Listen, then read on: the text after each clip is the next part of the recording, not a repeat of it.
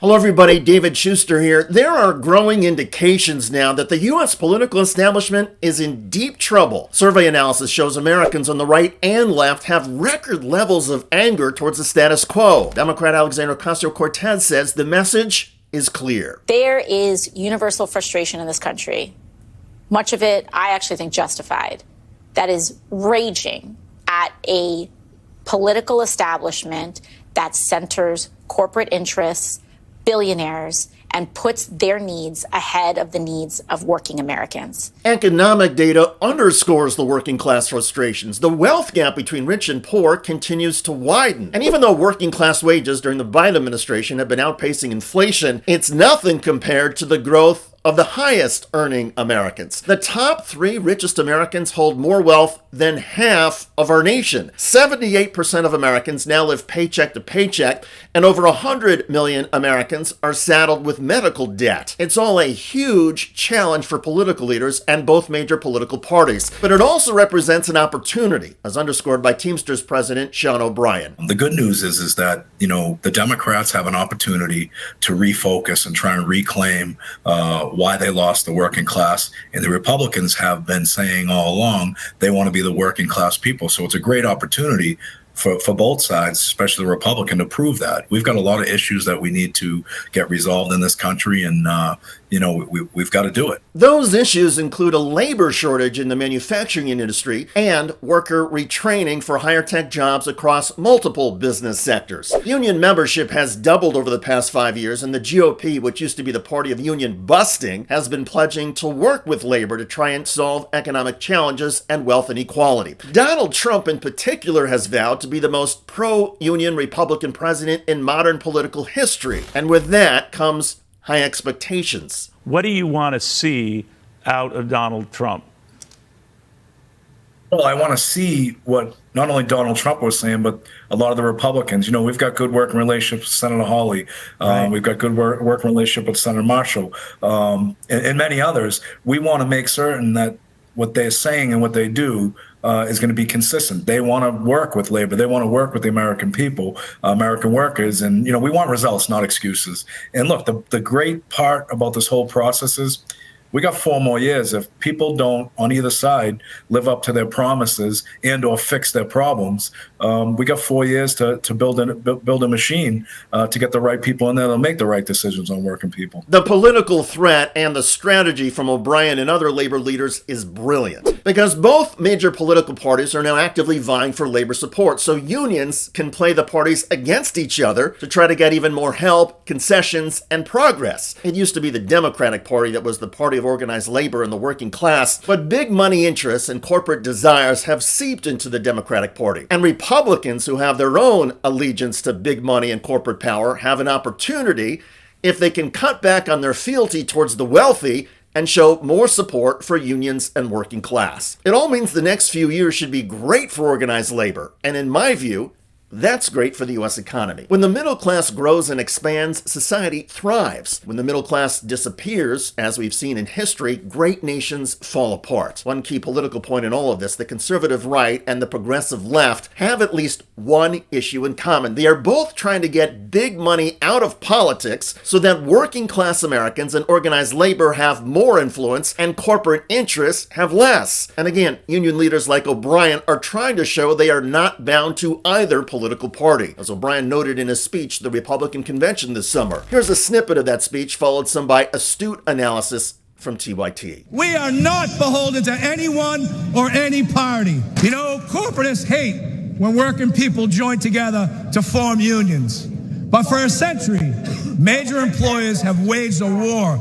against labor by forming corporate unions of their own. We need to call the Chamber of Commerce and the business roundtables what they are. They are unions for big business. Remember, elites have no party, elites have no nation. Their loyalty is to the balance sheet and to the stock price at the expense of the American worker. I think we can all agree DC is a pretty treacherous area. Most legislation is never meant to go anywhere, and it's all talk. By appearing, he's building leverage to use again with or against the Democrats. Totally. Okay. So he's saying, hey, listen, you guys take us for granted. Here I am giving a keynote speech at the Republican convention. I'm not playing with you guys. Yeah. And that is good, strong leverage building. There you go. That's using your power. Okay. Yeah. He says he looks out the window in that speech. He said, I look out the window of my office. I look at the Capitol. I see all these people going in there. They don't do anything, basically. And so he didn't say Republicans or Democrats. He said the whole lot of you. And it was a fascinating speech. Mario Cuomo gave a very progressive speech at a Democratic convention that, would compare progressive speeches, but this was a speech about workers that this convention, a Republican convention, has never heard. And I don't think they're going to have heard it too well. I think he's going to get criticism from the people here. Yeah, and so he mentioned corporatism again at a Republican convention. And so that corporatism is never mentioned in a Democratic convention because it's considered too radical to mention corporate rule. Again, partly because their donors finance the whole thing and their donors are all corporations. Right. But he connected, this is the most important part to me out of all of this. He connected the elites, because the Republicans always talk about elites, right? And they hate the elites. He connected the elites to corporations. So like when the Republicans do it, it's nefarious, but it's vague. It's like, oh, the international elites, global elites, right? And you don't know what they're referring to. They never clarified because, again, that's actually the people who backed the Republican Party, right? And the Democratic Party. So that's why they never clarified it. But he clarified it. He said, no, it's the corporate elites that run this country. And the Republican voters needed to hear that message because that's going to connect. I agree, and I actually think that when you connect elites to corporate elites, it resonates across the political spectrum, even with people who are not engaged in politics. There is a fundamental frustration, as AOC said at the beginning, with the status quo and the ongoing corporate welfare, if you will, that goes to the most powerful business interests and does not seem to go to the working class. It's that old analogy about the US government and both major political parties doing more for Wall Street than for Main Street. A lot of Americans cannot articulate it or boil it down, but they feel the injustice and sense that our government and political system have been corrupted, and most of the benefits are going to the elites. Most important point in terms of this particular election, okay? Donald Trump letting him speak, even if they didn't properly vet the speech, even if he didn't endorse him, and even if he gave a super progressive speech, was a brilliant move. And it's because it was because you could say it now. You say it, and even if people don't hear the speech, well, the Teamsters spoke at the Republican convention, the head of the Teamsters. So it gives a union guy who didn't watch the speech or who doesn't pay close attention, but who votes because they always do. Well, if O'Brien spoke there, then we're good. And I like Trump. So it's great for that. It also really burnishes his populist bona fides. And if you want to be populist, you say words like bona fides. Okay, seriously, like it makes him look like a real populist. And the other thing it does is it gives you some hope that he's going to listen to outside voices and be different than an average president. Now, is that true? I don't know, but it was true tonight. Yeah.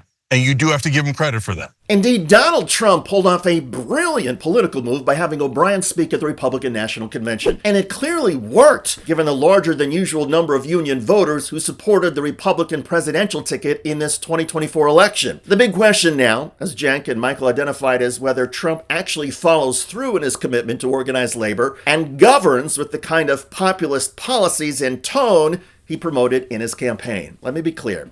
I do not think that Donald Trump should be trusted by anybody, and I would be shocked if he actually follows through with his populism. However, unions and organized labor now have more leverage over both political parties than at any time in the last 50 years. I've never seen a political environment so opportunistic for unions than the era we are in now. And union leaders like Sean O'Brien are playing it well, demanding progress from all lawmakers in Washington instead of promoting a Republican-Democrat divide. Organized labor is inviting everybody to be part of helping America's working class. And as as we started with this video, America's working class is raging and demanding big changes in Washington. The status quo and the corporate elite are now the obstacles that need to be removed or diminished in our political system, and the interests of Main Street, of the working class, need to be prioritized. There is no guarantee that lawmakers, even in this new era, will follow through, but this is a good time to be advocating for union and big labor concerns, because both major political parties now see the working class as political partners,